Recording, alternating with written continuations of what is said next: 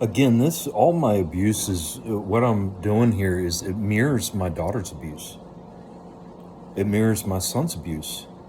Um,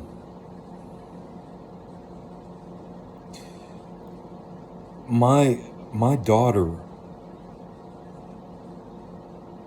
whenever she was around me, because see, I raised her the first couple years, I think, because like I said, her mom had severe postpartum depression. Uh, but whenever my daughter was around me, she was clung to me. I mean, clung. Um, Up until the age of 6, 7. I mean, just always constantly. I love you, Daddy. Kissing on me, hugging on me. Had her hand wrapped around my neck all the time. You know, smooches and smooch. Just very attached and very loving towards me. You know. And then when my ex, her mom, decided. So I think this is what happened. I think my ex had visitation with my son. Okay, so my daughter was living with my ex again. And my son was living with me, and I had just picked my son up, I think, from visitation, or maybe I dropped my daughter back off. I can't remember. But either way, my ex had given my son a letter. He was like 14 at the time. He's 14 years old, I believe. 13, 14, something like that. Which would have made his sister, yeah, like 7 or 8. I think that's about right, man. I think that's about right. And that would make my son about 1. Yeah, so my daughter was about 7 and had spent her first 7 years loving her daddy and just showing it, you know. And when I finally got her back, I grabbed her and hugged her, and she went stiff as a board. I mean, straight, stiff as a board.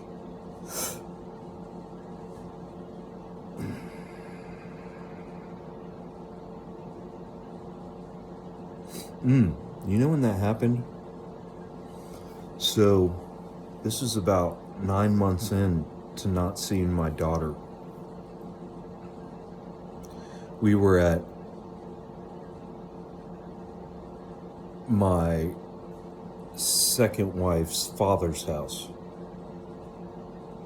I had already broken up. Me and my second wife were separated. I hadn't seen Sammy in 9 months. I was over there with my wife, first ex-wife was dropping my son back off from visitation, I believe. Well, I don't know if you guys remember, but I had said, my second wife had a daughter, so at the time she was like my daughter. She was with my kids. They all grew up. So they had come out and asked if Sammy could come to the door and say hi to everybody. Well, my ex-wife did not know I was in there. So Sammy came to the door and said hi, and then I came around and Sammy's eyes just went, and she went stiff as a board, and I grabbed her and gave her a hug, and she just went stiff as a board. And anyways, her mom came up, grabbed her, and, I saw her grab her. I saw her do that, put her behind her. So, obvious abuse. That's how abuse works. And yeah, it got crazy because, she said, Sammy, go to the car. And of course, Sammy, like the robot she was, had to go to the car. And me and my ex continued to argue, and I picked her up and I threw her off the porch and across the yard.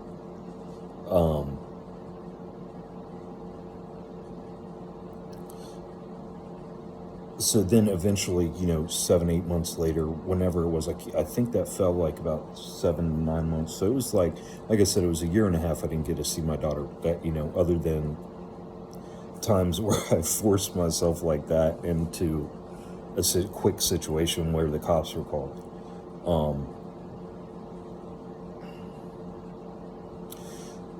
So even after the judge had ruled and told my wife, listen, you don't allow him to see his daughter even one more time, I'm putting your ass straight in jail. Even after all that. And I haven't had a problem getting my daughter since. My daughter she didn't call me daddy after that. She didn't hug me. She didn't tell me she loved me. She didn't kiss me. None of that. So she was probably 8.5 when I started seeing her again. So her mom abused the fuck out of her. I can only imagine. It's always broken my heart imagining. So, and the reason I'm telling this story is because when that happened, I was still in conversation with my mom, I believe. And, yes, I was. And so I remember breaking down to my mom and telling her that story, and just because, my heart was broken when I had that, before we had went to court. So right after, they got my daughter to come up to the door, and I was able to hug her like 7-8 months into not seeing her, and then threw my ex-wife off the porch that time. That story of grabbing my daughter and her just being stiff as a board and not even looking at me or being able to respond, because I knew what kind of abuse that was. And I was so abused. This is what I'm trying to say, guys. This was, what was this, 11 years ago? 12 years, 13 years ago? 12 or 13 years ago. This is how abused I was as a child. This is how this mental abuse works. How my mom was still in my life to where I had told her the story.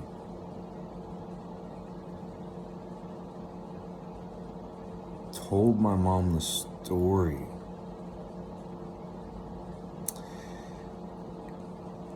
Of how sad that was.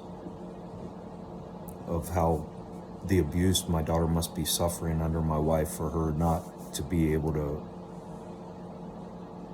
to act like she did, go from the way she was with her daddy into how she did. It was unbelievable, the amount of abuse, the kind of abuse that must have been put on my daughter. It's so absolutely filthy, disgusting abuse. I can only imagine. I wish I could choke the shit out of my ex-wife and my mom. One hand on my ex-wife's fucking throat and one hand on my fucking mom's fucking throat for that shit. Strangle them to death. Bring them back to life and strangle them to death again. Over and over and over and over and over and over and over.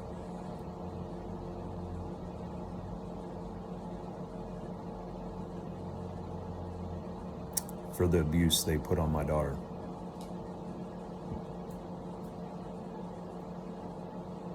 Disgusting people these women are. Absolutely filthy, disgusting. I gave my daughter everything. Attention, time. She was on me. She was attached to me. When I was around her, she was attached to me. Unless she was sleeping. And I would have to lay down and for her to go to sleep. That's how attached my daughter was to me.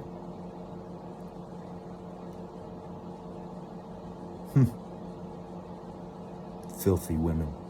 Filthy, disgusting, nasty, toxic, evil women would break that kind of soul in a child. An innocent child.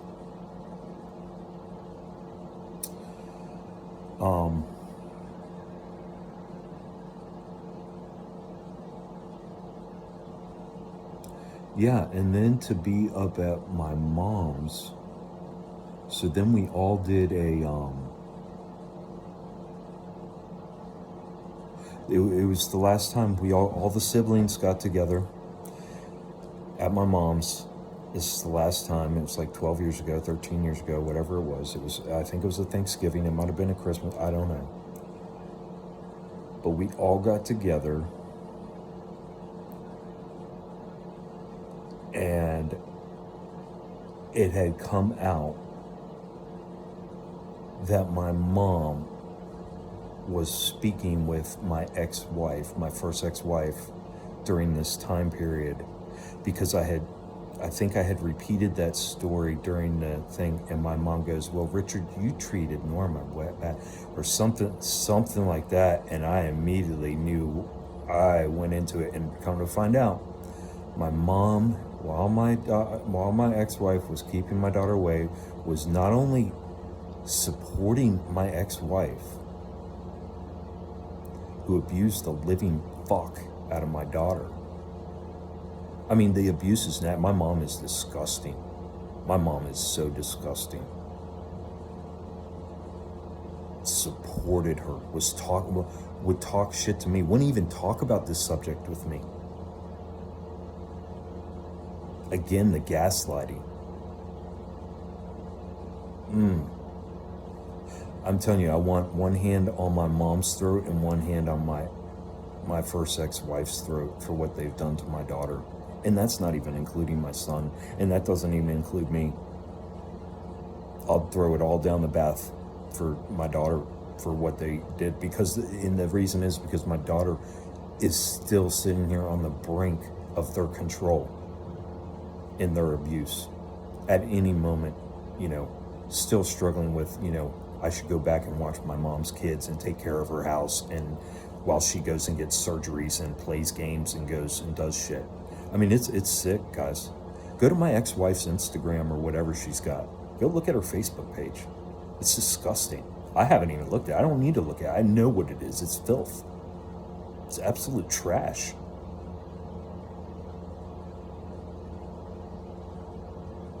You don't believe me? Go look.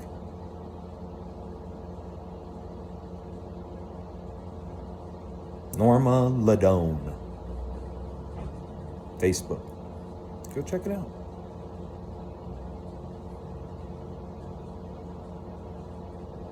She's a great mom. She makes so many sacrifices for all these kids she's brought into the world. It's disgusting. They do it right in the public's eye. Like my mom, I was thinking about that, all the abuse my mom did to me. Like, how was she able to get away with it in public? Well, like I said, back then, like grabbing your kid, like how she would grab and put her fingernails. I mean, dude, there were weeks where you just have so many marks up and down your arm. It was like your arm was just raw.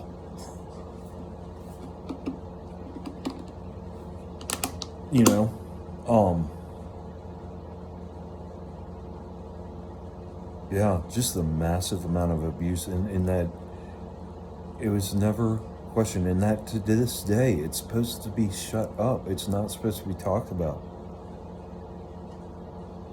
And the fact that it's the only thing I can talk about because it's part of my healing. Like, I shouldn't be alive right now. Like, I'm getting a second chance, which I don't even want. I would have rather been dead, but I'm glad I did get it, like I said, because I'm healing and it's allowing my kids to heal.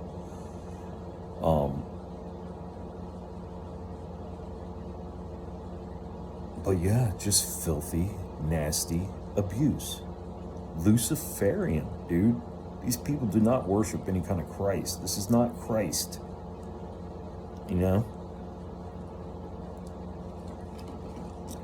They have made their world. They thrive in this world. They have taken the rules of how this world operates by, Satan's world, Lucifer's world.